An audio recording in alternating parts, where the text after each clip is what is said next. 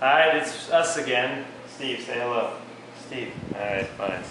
That's Steve. Steve's hoping to get something drop on his head. Wife's gonna be cooking again, which is kind of normal. Oh wait, what are we making? We are making beef and black bean corn nachos. They're really, really good. Good movie night food. Out of Bon Appetit for the most part, besides us changing it moderately drastically. That's kind of the basis of it. So what are we doing? As usual, I make a double batch of everything because I have a lot of children. So 2 pounds of beef. I like the fairly lean beef, not the 20% fat beef, because that's just a lot of fat. So 7% is usually pretty good for recipes. And you ought to be able to find it on sale at their little place. It's about $2 a pound if you wait and see it. $2 a pound and buy lots of it. So we're breaking up the beef in here. You don't have to add any oil to beef if you're using a non-stick pan. It has plenty of oil of its own accord. There's that. Turn it on.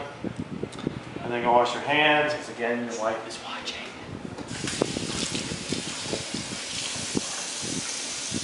Okay, so while that's cooking, we are going to chop up an onion, and we're going to put some garlic and onion in there.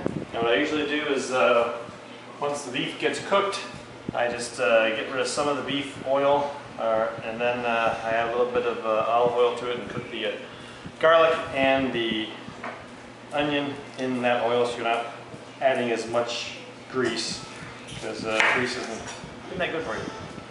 So we're going to chop up the onion. If you haven't chopped an onion before, where have you been? I'll hack off the ends. I usually just take off the little outside layer because I don't know, it just doesn't look as good. Also never cuts as well. So peel off the outside a little bit. And you're left with a nice heart of the onion. Usually artichokes have hearts, but get your wickedly sharp knife. If you don't have a wickedly sharp knife, buy a wickedly sharp knife or ask for one for Christmas. Slice in half. Depending on your tolerance for onions, we like ours nice and small, so they all fry up real good. And because onions are in rings, if you slice it radially along the rings, it just falls into little bite-sized pieces. Easy peasy. My wife really loves counting down 3, 2, and then go. She thinks it's fun. Anyway, the beef is still doing its thing. So while the beef is doing its thing, we're going to make the spices that go on it. Obviously, this depends on the heat tolerance of who you're cooking for. Always go to the lowest common denominator. You can always add stuff later, but with our double batch, we put about a 1/4 cup worth of chili powder in. And like I usually do, I usually measure the hot stuff just in case you don't screw up too bad. I call for about 2 teaspoons of oregano. I don't measure the oregano, I just chuck a bunch in there. And if a little is good, more is obviously better. So each handful is about a teaspoon, I always figure. So there's 2 or 3 teaspoons of oregano, and then sugar, about a teaspoon, and sugar, more is always better. So I put about 1½ teaspoon of sugar in there, mix it up real good. Especially make sure you don't have any chunks left in your chili powder, otherwise someone's going to be in for a big surprise with one bite. Okay, so that's all mixed up. So, go back to playing with our beef here. Oh, I got chili powder in her shot. You'll hear about that later. Our high-end production here we're running. Alright, so also I'm not bored and just feel like beating up meat. But you get nice and chopped small, so when you're when you're sprinkling your nachos onto your chips, you've got fairly small pieces. The recipe actually calls to use a fork to split it up. But since I'm using a non-stick pan, metal forks and non-stick pans really aren't friends, and they don't get along well unless you really want to buy another non-stick pan. If you use a steel pan, you go ahead and smash it with a fork. I don't have a steel pan as big as this one, and by the time I get to the end of this, I'm going to need every inch of the lip of this pan. Another thing, the corn is in here microwaving. Use frozen corn, nuke it a little bit, get it nice and thawed. When you put your hand in there, I've learned that you should really make sure it's not overly thawed before you put your hand in it. It really hurts. Who knew boiling water would hurt on your hands? Okay, so this is about done. So what I do, and this doesn't have a whole lot of grease in it, but so I'm probably not going to drain any grease. But normally, especially if you use frozen beef like I usually do, frozen beef you can get some moisture and water coming off also. So you have one of these little gadgets or a screener, and you can pour the oil to one side. This is pretty minimal, so I'm going to just bring some of the grease over to here. And that's enough grease just to fry my onions and garlic I'm going to put in. So get all that grease to one side. I use my handy dandy cutting board to separate the meat to one side. And then I have one side still in the burner. And then we're going to take all my onions, lots of onions. In this recipe, if you're sort of onion intolerant or chili powder intolerant, you can put a lot of onions and chili powder in this before it really gets very hot or very oniony. Because we're going to add a pound of corn to it, we're going to add 2 cans of beans to it, we're going to add a can of tomato sauce to it. So there's a lot more going in here that's going to make a lot of food. So again, if you don't have one of these, go buy one. World Market, wherever you buy these, I don't know, somewhere, but they're really handy. And it makes you feel cool when you're like flinging it out, like you're a real chef or something. Okay, so I'm going to let the onions get a little bit thinner, a little bit lighter, and I've got my garlic cloves, which we put probably double with the rest. I think the recipe says 2 cloves, so we put 5 in because garlic's good. Ain't good for you, what the heck? So I'm going to get the onions cooked a little bit because garlic tends to cook a bit faster than onions do. And you can see, if the light gets closer you can see, the onions are starting to get kind of clear. So once they get fairly clear, we're going to squish our garlic in here. Again, go buy your nice garlic press.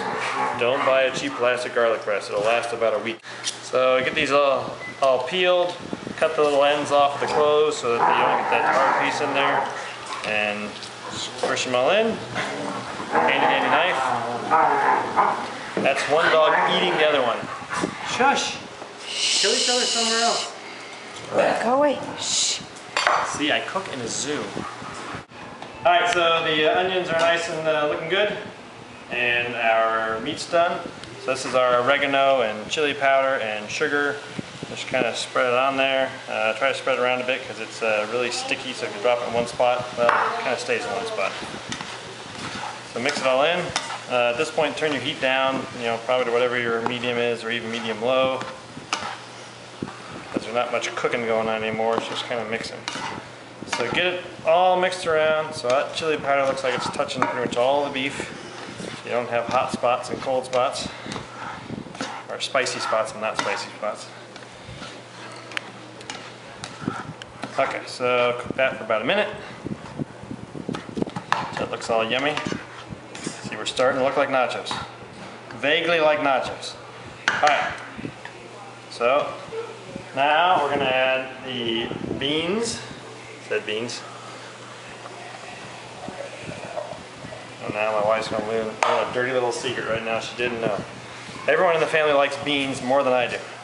So I don't actually put all the beans in. They don't know that, so don't tell them. Shh, it's a secret. Okay, so then there's a can and a half of beans instead of 2 cans. And then there's a can of tomato sauce. Organic tomato sauce. And we're gonna mix that all up.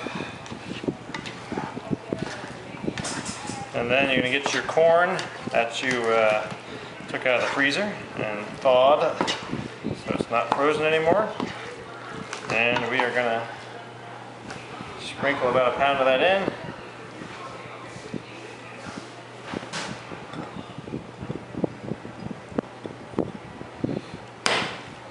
Hence the black bean and corn nachos.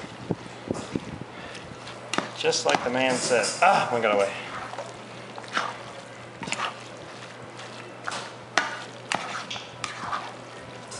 Now we're starting to look nachos.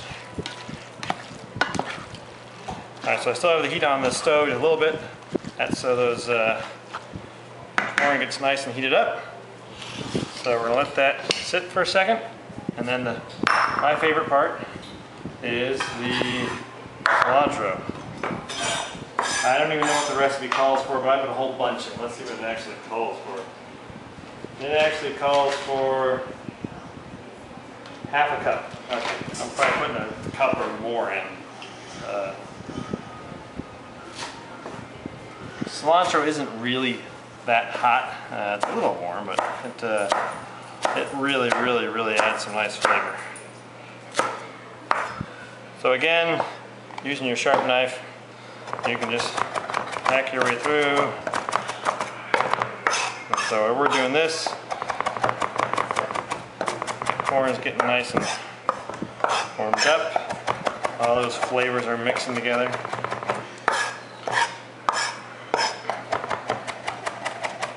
And we'll to get a bunch of nacho chips.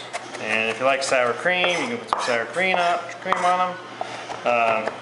We're going to add a little bit of lemon juice at the end. I think the recipe calls for like 1 tablespoon. We're all pretty big fans of lemon, so I usually put the juice 1 lemon or maybe 1.5 lemons in.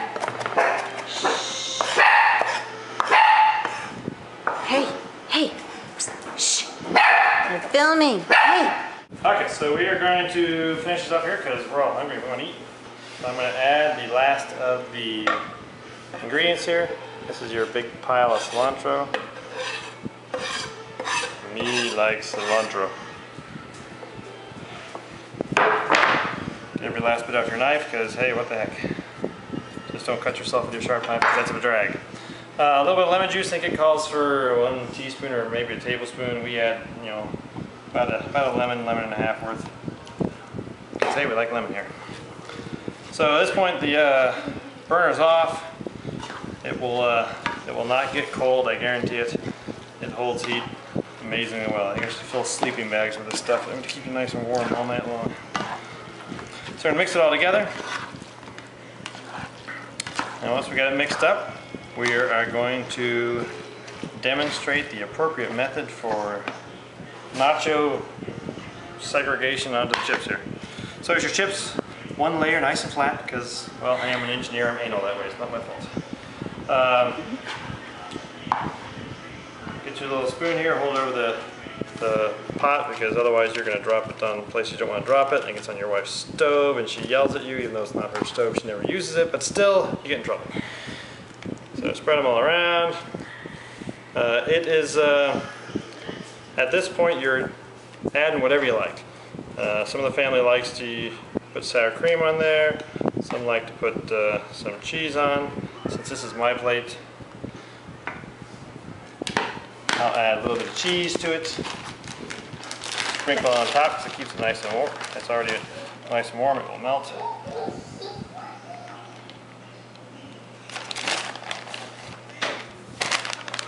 And you have 1 plate of yummy nachos. And I know the kids are supposed to eat it first, but hey, it's not my plate. Promise? Nacho time! Woo! On my plate. Very good. Very simple. The kids can help make it. Anybody can make this. It's only got about 8-10 ingredients to it. You can make it in about, I don't know, maybe 30 minutes, maybe 45 minutes. We make this as a camping food too. Yeah, we go camping. We have nachos when we're camping. It's a one pot dish, easy to make. Got a little bit of spice to it, and it's fun because you got lots of nacho chips you can play with. And that's it. That's all she wrote. Say goodnight, Steve. Steve says, give me some freaking food. Drop a chip, anything. I'm dying. Look how small I am. I'm scrawny. Alright folks, that's all she wrote. Have a lovely evening, and we're out of here eating nachos.